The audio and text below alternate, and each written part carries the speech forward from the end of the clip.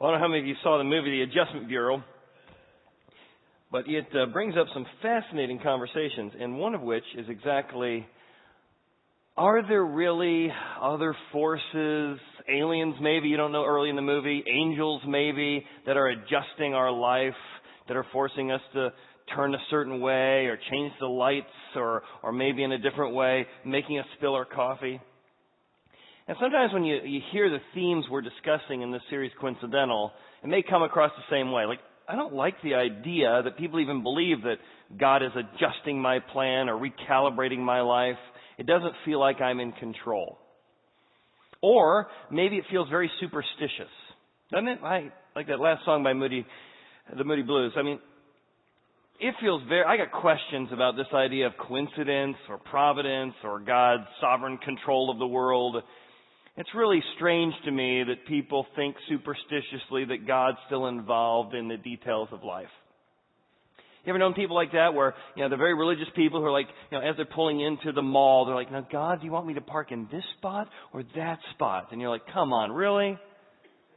And you're thinking, I guess it's kind of nice to know God maybe's got your back, but your parking spot? So I want to try and help you if you've come across this idea to show you some of the benefits of believing in a God who does get involved in the details of life, but not in a really superstitious way or predictive way, but more in a grand plan that you can trust with the good and bad of your life. Because imagine, I think for many of us, we're searching for a deeper significance to our life, a grander plan or meaning or purpose for what we do day in and day out. We use different words for it, but if there is no grand plan or no grand planner, then we're left to, I worked really hard, I achieved what I have, I got what I achieved, and the moral of the story is work hard like me.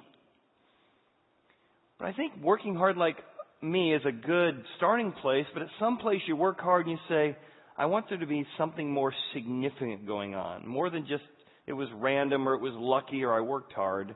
I want my story to connect to a bigger story. So without getting superstitious about every parking lot and every turn of the corner, what if you could believe, even if you're not sure you believe it yet or will ever believe it, what if you could believe that your life wasn't random? That who you're married to, the differences in your kids, the people you work with, the people you work for, the people you come in contact with that have needs, the needs you hear about. What if it wasn't random? What if you'd been positioned on purpose? What if there was a grand plan and you've been placed where you are at this time in life for a purpose? Wouldn't that create a sense of adventure, a sense of a grander scheme to what's going on in your life right now? That it's not just about work really hard, party on the weekends, and then go back to work some more. That there was a grander positioning of your life for a particular reason or significance. That's what Esther's going to find today. I think even if you're not quite there, let me show you why you might want to be there. Esther's going to get to the place she says, I know I've been positioned on purpose. Where I am, with who I know, with what I uniquely do for this particular time. Think about your job. Think about where you live. Think about the current projects you're working on, even the current difficulties you're in. What if you could believe, or just for a week tried it out and said, I'm going to think about my life through the lens of I've been positioned on purpose, where I am, with who I know, with what I do for this particular time. Because if this is true, or even might be true, it turns every day into an adventure. Why did this come across my desk? Why did this situation, why was this need brought to my attention? If I was positioned on purpose, there might be some meaning to the minutes and moments and months and seconds of my life. So let's look at two aspects of this. The idea that we're positioned on purpose. The first one is that means that we can be positioned on purpose even in difficult circumstances. See, I like the idea that I've been positioned on purpose in good circumstances, but this means that even when you're going through difficulty, you're positioned on purpose. And here's what's going on in our story. King Xerxes, Persian king, Esther has just been elevated to the place that she is now the queen. She is a Hebrew, she is Jewish, she's not Persian, and yet they have a relationship together. Haman, the right-hand man to the king, is come face to face with her cousin, although he doesn't know it, Mordecai. And Mordecai refuses to bow down before him. He just won't do it. Haman is so angry that he's not only going to kill off Mordecai, but every Jew living in the Persian kingdom. This gets Mordecai to the place that he is very distraught. His standing up for what's right, him not bowing down to this, sort of self-obsessed narcissist, has resulted in a death warrant to all of his friends and family.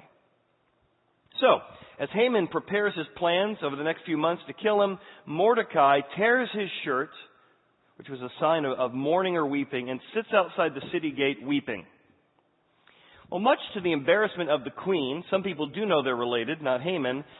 Hey, do you know your crazy uncle, your crazy cousin? It's like every day when everyone goes through the main gates, he is like crying and weeping and wailing, and he's shirtless. Crazy Uncle Mordecai. So she hears about this issue. And a lot of times when we go through difficult circumstances, whether it's embarrassment, whether it's a situation like someone we care about might be hurting, the first step usually is we hear about it. And so she hears about it. Well, she sends her right-hand man, who had helped her get to this position, to go and check it out. So he goes to check it out, and honestly, he goes with some clothes, if you notice. Bring some clothes and let's put it on. She sent garments to him.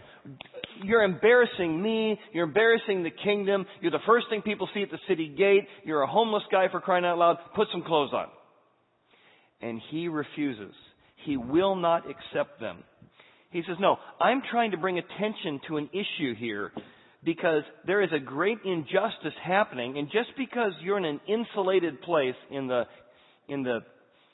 palace, that you're not hearing about the poverty, you're not hearing about the injustice, you're not hearing about the needs, I am not going to stop bringing attention to it. So he sends the servant back. He says he won't put the clothes on. And like with a lot of things that come across our life, we hear about something initially, we may be dismissive or embarrassed, but then we feel like maybe the universe, maybe God is prompting us to investigate it further. And that's what she does. So let me find out some more about this. So she calls Hatash, sends him back, and says, well, tell me what's going on. And so he again goes back to Mordecai, says, hey, what's going on? And he says, oh my goodness, you guys haven't heard. There's an edict to kill off all the Jewish people.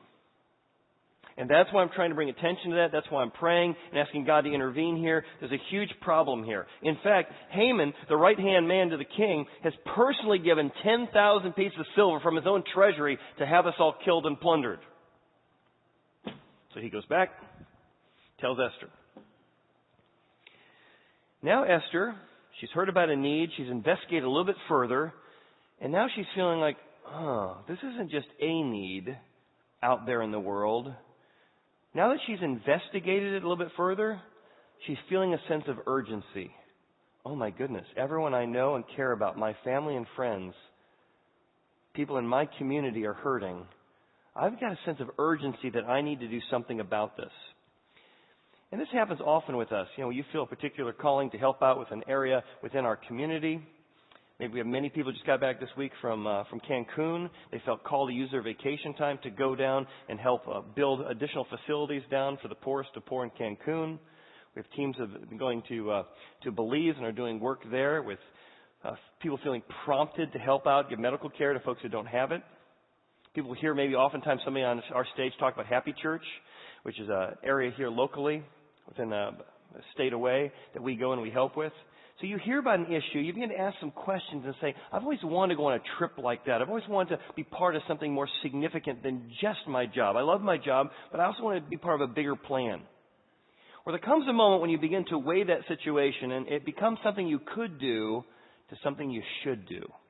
There's a sense of urgency.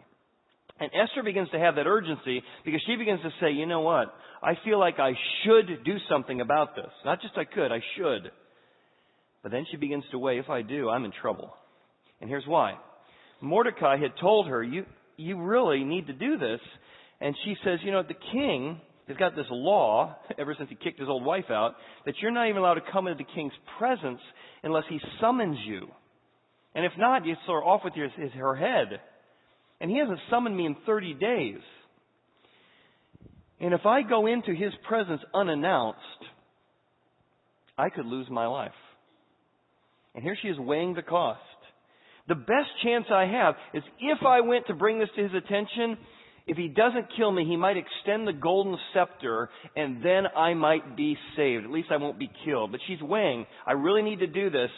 But here's the cost financially if we invest in this nonprofit. Here's the cost of my time if I give up my vacation.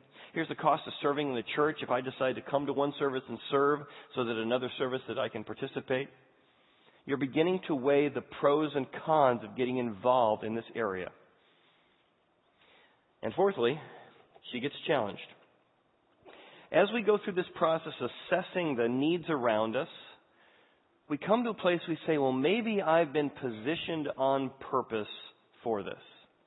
So Mordecai sends a message back one more time and says, hey, don't think that just because you're insulated in the royal palace, don't think that you're going to escape this. Sure, you haven't told them that you're Jewish yet, but just know you will not escape this because you're living an insulated life. And sometimes because we live with people who are at the socioeconomic level we are, they vacation the way we do, we drive the way we do, we can literally be insulated from the needs in the near community around us. And if unless we're purposeful, like Esther was, of sending out and investigating further exactly what's going on, we can stay insulated. And Mordecai asks her, he says, what if your rise to queen, what if the king's kicking out the old queen was actually not just a coincidence, but what if God was positioning you like a chess piece on the board of life for such a time as this? He says, but don't think just because you're a queen, you're going to escape this. Don't think you can be insulated from these needs in the community. He says, and by the way, God is going to deliver and bring relief to His people. You're like, really, Mordecai? Like, what about your circumstance brings you to that conclusion? Nothing. Everything about your life looks bad, bad, bad, and worse. Yet in the midst of this speech, he says, if you remain completely silent at this time, if you don't choose to step up and help with this need, relief and deliverance will come. It will arise for the Jews from some other place. God is working in the world, and if you choose not to be part of the plan, He'll find somebody else to be part of the plan. I think that's what it means to be positioned in purpose. That God is working in the world around us, and He invites us to be part of His work. And that's where our story and God's story begins to be meshed together. And God's inviting you and I to be part of that. And then He says this famous line from the Bible, yet who knows whether you have come to this kingdom for such a time as this. Esther, you've been positioned on purpose. Where you are, with who you know,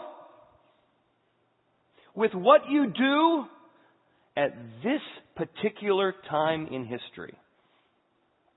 Now, what if you begin to think about your job, your marriage, whether it's a difficult time and God's calling you to be the leader, to lead your company through a bigger challenge with what you know and who you know? Maybe things are going incredibly well in your life and God's asking you to say, what does it mean for us to give back to the needs in our community and the needs in our world? We've been born in a particular nation at a particular time in history that's very free and prosperous. What would it mean if you were not just randomly set here, but God placed you here for a reason? As we think about that, we come to the next aspect of this idea, and I think it's the toughest one. Because if we're going to get involved, we've got to wrestle with this. Either I've been positioned on purpose in my life, in my marriage, as the father to my children, or my position is my purpose.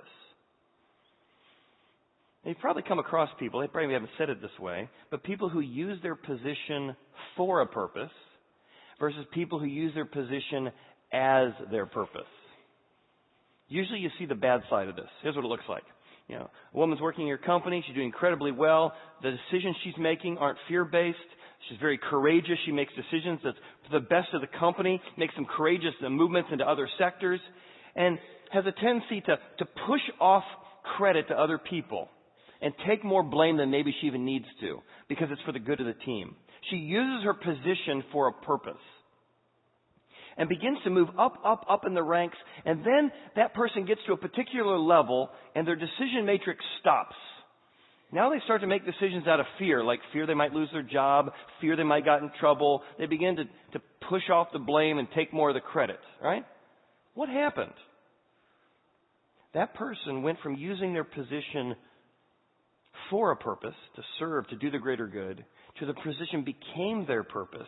And when it became their purpose, they were scared of losing it, scared of somebody else getting too much credit and them losing their job. And now, because their whole life is defined by their title, their car, their perspective, they can no longer do the job of their job because they so need to keep their job.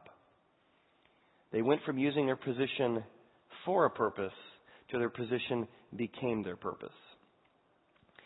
And that's really where Esther finds herself. It says, Esther told them to reply to Mordecai. All right, I'm open to this. I need some prayer. She says, I want you to ask Mordecai to gather every Jewish person she knows to pray and fast for me. Fasting is a spiritual discipline where you go without food, not just to lose weight, but it's really almost like a notification on your watch. Every time your stomach growls, it's a reminder, oh, that's right, I got to pray. So for 3 days, all the people were going to go without food or water for 3 days, so that every time they were hungry, it'd be a reminder, we got to pray for Esther. We got to pray. She is going into the lion's den.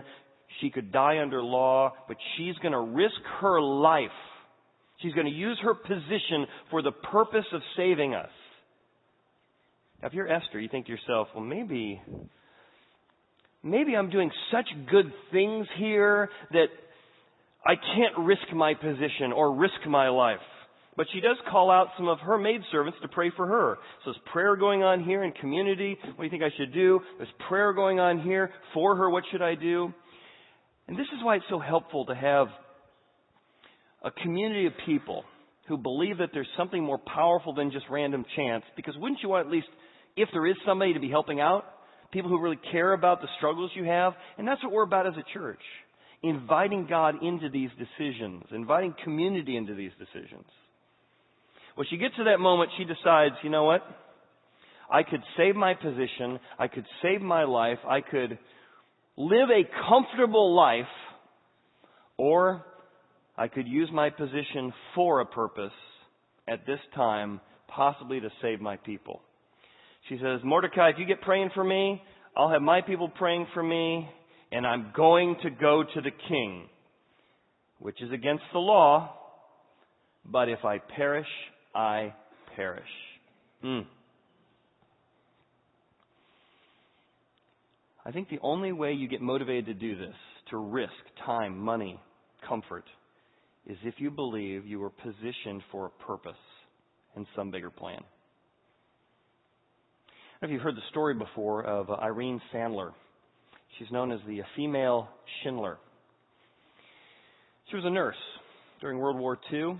She was nearby a community that was holding on to Jewish families before they led them to the gas chamber. She and her group of nurses were not Jewish, and so they were safe. They were comfortable. But they decided they couldn't sit back and not get involved with a problem in their community. And she took her unique gifts as a nurse, and she came to the Nazis at the door and said, hey, I'd like to come into your village and work with the folks in your camp. Why would we let you in here? Well, there's a lot of sickness going on. If you're guarding them, you're going to get sick. So I'm trying to do you a favor by keeping you from getting sick. Oh, yeah, go in there.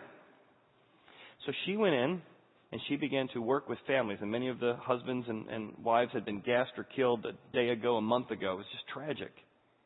She began to plead with mothers, plead with fathers, please, let me save your children. And she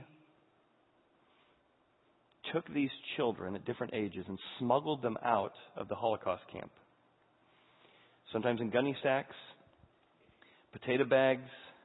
She even put a couple children in coffins and nailed it shut as she was taking the body to the morgue. She died this year, and at great risk to herself, because she could not insulate herself from the problems in her community, she saved 2,500 children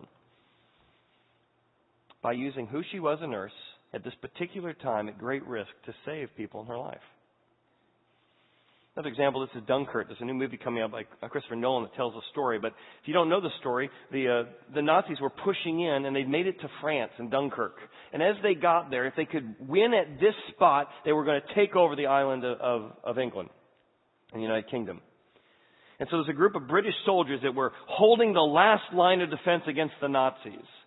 And they had a telegraph, and they only had time for a real short communication to go back to the mainland in England. And they tapped out 3 words. But if not. Like, that's communication? Is that code? It's a quote from the Bible.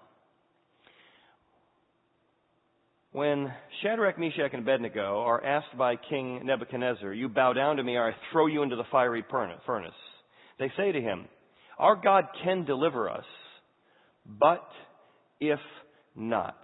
If he's silent, if he doesn't deliver us, we're still going to stand against this kind of activity. And what those British soldiers were saying in Dunkirk that day is, we know God can deliver us from the Nazis, but he might not. But either way, we are going to stand here and fight against evil. We're going to fight against oppression. We're going to fight against what's happening here. We are going to defend with our very lives if we need to keep this evil from coming into our country. It's what Esther said, if I perish, I perish. I got a confession to make. When I was in high school, in junior high in particular, I was on the chess team. And I feel like it's safe to say that. And I've tried to stay away from a lot of nerdy chess metaphors, but one of the metaphors that most people know in chess is this. If you're going to try and get another team in checkmate, you sacrifice one of your pieces. And one of the most powerful sacrifices is when you sacrifice your queen. Because when you put your queen out there, you can distract the other team because they're so excited about killing off a powerful piece that it may open them up to a checkmate.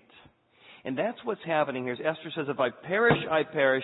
It's a queen's sacrifice, but I'm willing to sacrifice myself, my time, my comfort, my future, if it can ultimately bring a checkmate to the kind of evil that's going on here in the kingdom. To give you a feel of what Esther might have felt like, or what a queen's sacrifice feels like, let me show you that classic scene from Harry Potter when a sacrifice needs to be made. Let's watch.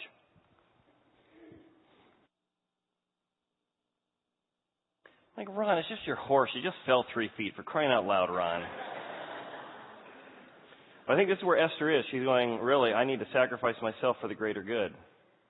And what comes out of that is the feelings and emotions and fears that happen whenever we're going to step out and try something, whether it's serving other people or adapting to our spouse or saying, I want to take on this tough issue, or even if I lose some credit in the situation, I can't stay insulated.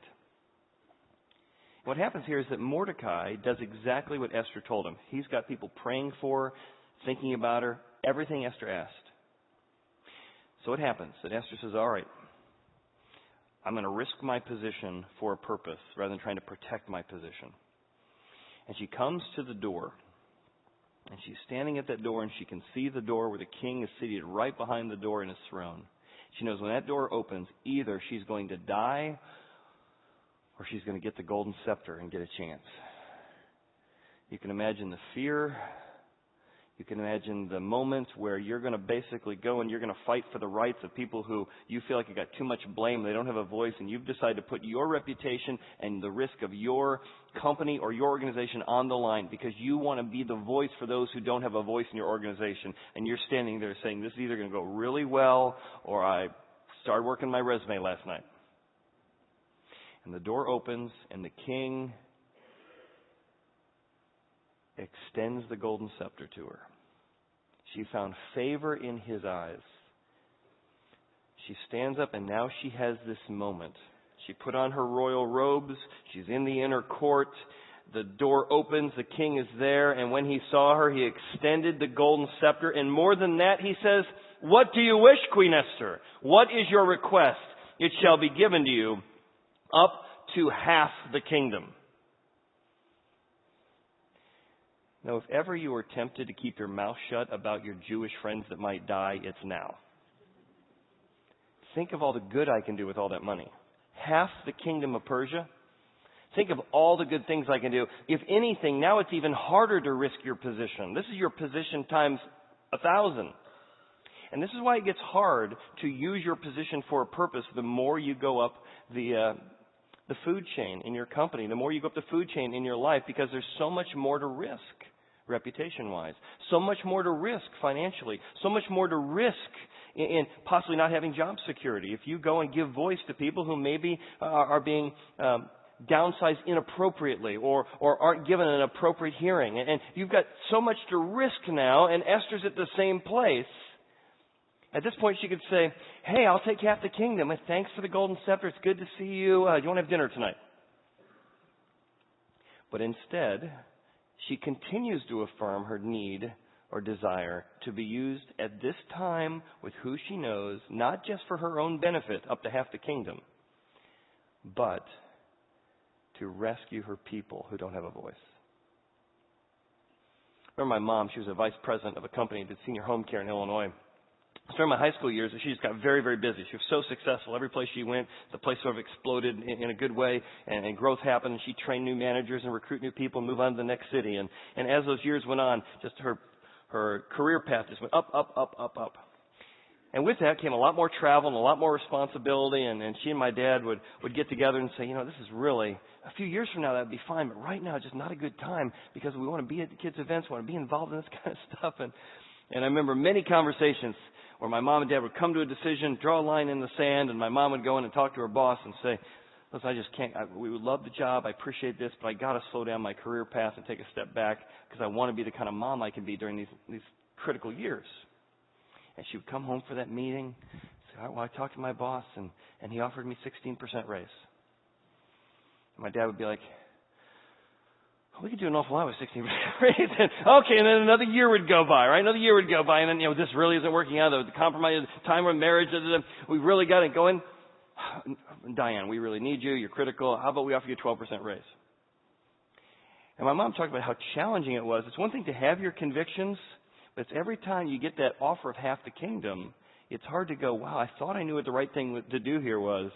Oh, but there's so much good I could do with that money, so much good I could do with that position. And there's the challenge. Money distorts things. Money makes it more challenging to actually keep your bearings straight. Well, she has a moment where she could step up, and either here she wimps out or she's strategic enough to know the timing's not quite right. She might be that she's clever enough to know, my husband just offered me a blank check for half the kingdom. If I refuse that and don't take him up on that, it's going to speak volumes to him. So either she's wimping out here or she's saying, this is going to do more to further my case to get a hearing than actually speaking up now. Because what she says is, if it pleases the king, again, look at the honor and respect she uses when she talks. Let the king, and Haman, come today to the banquet that I have prepared for him. So now she tries to get the key players in the room.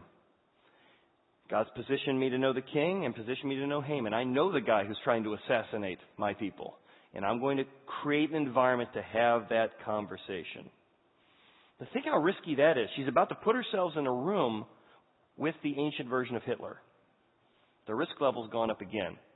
What she has to lose and who she's with. Which is interesting because how again is Esther able to do this? And I think the way she's able to do this, the way she has this brave heart kind of heart, is because she knows that her life isn't determined by this kingdom. She knows of another king. And the Bible tells us that God is the king that sets up and tears down kings and kingdoms in this world.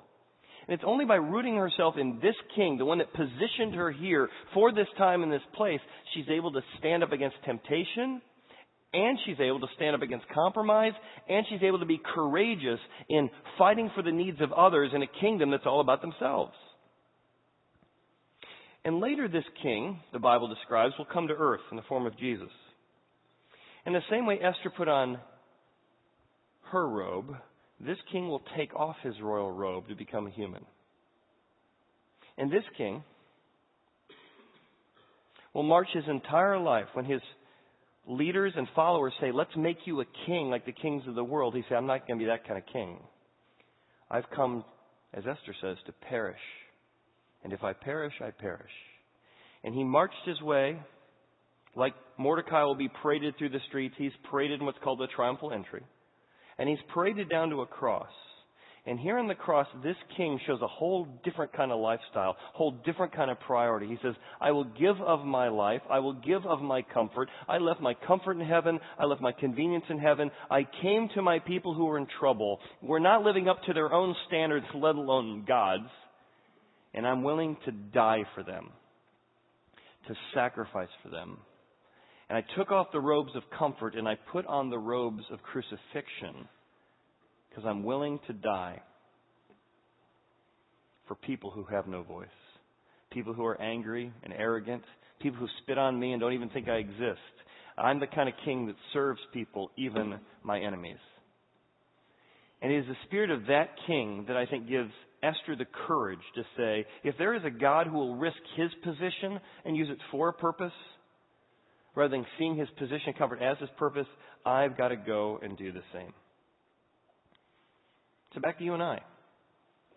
What if you were positioned on purpose? You think, oh, my wife and my husband's so different from me. Man, it's just so difficult. But what if God put you in a marriage with somebody so difficult or different from you, to develop something in you that could only be developed in that relationship? Wouldn't that change your perspective on your conflict? What if you have a son or daughter and their personality is so different from yours and it's just hard for you to connect, hard for you to relate? What if you've been positioned on purpose? What if the reason I have a son who I didn't know would be autistic until years after we adopted him? What if that didn't just happen, it wasn't just random chance? What if God wanted to use my unique energy level, my unique creativity, my unique problem-solving ability to be able to help and guard and protect this little guy? It changes my perspective as a dad. What if the unique challenges in the world today and in our community and the things you hear about we're doing as a church here, near and far, aren't just things the church is doing? What if it's a chance for you to experience real needs out of our insulated lives that God might call you to have a sense of urgency to be part of that? What if you're positioned on purpose where you are, with who you know, the networks you have, the influences you have, because of what you do? You don't need to be a missionary, you don't need a pastor. They just talk to religious people. God needs you with your gifts and your talents as a nurse, as a business person, as a teacher, to leverage your position in your job, in your family, in your community for this particular time. Wouldn't it make life an adventure if that was true? And you might say, I don't believe that yet. I don't even think I ever will. Don't stop saying the word yet, Chad. I'm saying, when you do, even get curious about trying it, every day gets filled with meaning. Because now I'm able to do what Esther could do. Use my position for a purpose, not as my purpose. Just studying in the Wall Street Journal about a guy who worked his way up the chain, and he decided to quit because he wanted to spend more time with his family. The Wall Street Journal circled back around him like, I'm sure that lasted a month. And the title of the article was, remember the CEO who quit to be a dad? He's loving it. And I'm not advocating that any of us need to quit our jobs. I'm saying what happens is if you're defined by your purpose and by your position, you'll never entertain how to slow down your career path and make other things important. You just won't. Because your position, your title, the size of your bank account, the size of whatever becomes your definition of your life. That's when your position is your purpose rather than it's being used for a purpose. I was asked to speak at a college class a couple years ago. It was a group of a few high school and a few college students in a mixed summer class. And I said, hey, tell me, what is more spiritual as far as God's purpose for your life? Being a pastor, a missionary, a CEO, or a janitor? Pastor was on top. Missionary was on top. Pastor was second. Distant third, janitor. Distant fourth, a CEO. I said, you're telling me that you think God uses missionaries and pastors more than CEOs? Yeah. I said, do you guys read Karl Marx in this class, or what is this class? I said, so let me tell you this. So you tell me a CEO or business owner who's able to provide incomes for people, for families, can't influence people for God? What about the shareholders at retirement are based on the decisions they make? What about the customers who get goods and services based on what they do for a living? Don't you call companies up and want to have good customer service? Don't you feel served and loved and cared for? Well, I guess. See, what I just described to you, spiritual jobs and non-spiritual jobs, that is not what the Bible describes at all. That's actually a Greek teaching called dualism or Gnosticism. The Bible says that whatever you do, in word or deed, it can all be done with meaning and purpose, whether you're a janitor or CEO, whether you're a missionary or a pastor, whether you're a teacher or a mom. You can infuse into your life the meaning that you've been positioned for such a time as this. That's what God wants to infuse into you and infuse into me. So we can have an adventure with Him day in and day out. And that's what happens when you use your position for a purpose. But we've all been around people who've used their position as their purpose. I read this article in Fortune magazine, interview with Danielle Vasella. He says, for many of us, the idea of being a successful manager, leading the company from peak to peak, delivering the goods quarter by quarter, it's an intoxicating one. It's a pattern of celebration leading to a belief, leading to a distortion. When you achieve good results, you're typically celebrated. And you begin to believe that the figure at the center of all that champagne toasting is yourself. Many leaders get to the top by imposing their will on others, even destroying people standing in their way. And when they reach the top, they become paranoid that others are trying to knock them off the pedestal. Why would they think that? Because that's what they did. Their position, that next promotion, became their definition of success. Sometimes they develop an imposter complex caused by deep insecurities that they aren't good enough and they might be unmasked. To prove they aren't imposters, they drive so hard for perfection that they're incapable of acknowledging their own failures. When confronted by them, they convince themselves and others that the problems are neither their fault nor their responsibility. Have you worked in companies like this? Have you had bosses like this? Their position became their definition. And what happened? They look for scapegoats to blame the problems, and they use their power, charisma, and communication skills. They force people to accept the distortions of reality, that they have no issues, that it's not their fault, causing the entire organization to lose touch with reality. Man, I've been in companies like that. And it's all because there was some leader who on the way up was using their position for influence and for a purpose, and then that position became their purpose. And they defended it, and they were paranoid about it, and they pulled in the acceptance, and they pushed off the blame, and the whole company got distorted because of it. They began to believe that they were God. What God would say to you and I is only when you recognize that He's a God and you're not can you find meaning. Because either you've positioned yourself where you are, or there's a God of heaven who put you where you are. And one brings a larger story to your life, and the other doesn't. So as you listen to this next song, I want you to ask yourself, have I become my own God? Or do I want to start acknowledging that, God, maybe I want to be open to the idea that you're God and you've placed me here for such a time as this? You know, one of the reasons we get so anxious and worried is because we try to play God. It's all about me. The reason we're so driven is because it's all up to us to get all of our job opportunities. And maybe you just like to be curious and try the idea. Maybe you're not ready to say that God is the God. You're just ready to say He's a God. Well, we believe He's the God. Well, maybe that's too big of a step for you. Maybe just this week you want to say, I want to believe that there might be a God, and He might have positioned me on purpose, and I want to see what my daily life might look like. If my worry level goes down, if my anxiety goes down, if my sense of drivenness, if I could trust something else or someone else to be part of my planning of my week or my life. Or maybe you're like, no, I'm past the a God. As you've been talking about what God did through actual history, like this is history. I thought the Bible was here and history was here. You're showing me how God worked in actual history. Iraq and Iran and the time of Nebuchadnezzar in Babylon and then the time of Xerxes. I've heard of him from history class. I'm ready to believe that He's not a God, but the God.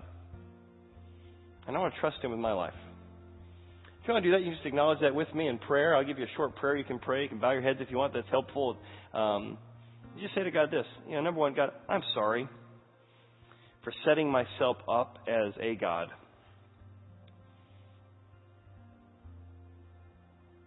By taking the credit or passing the blame. And I ask you to be my God. To not only forgive me, but to lead me. And infuse my day, my week, with the kind of meaning and grander story that I've been positioned on purpose. And we ask these things in Jesus' name. Amen. Thank you for being here today. We look forward to seeing you back next week as we continue our journey into the book of Esther. Thanks again.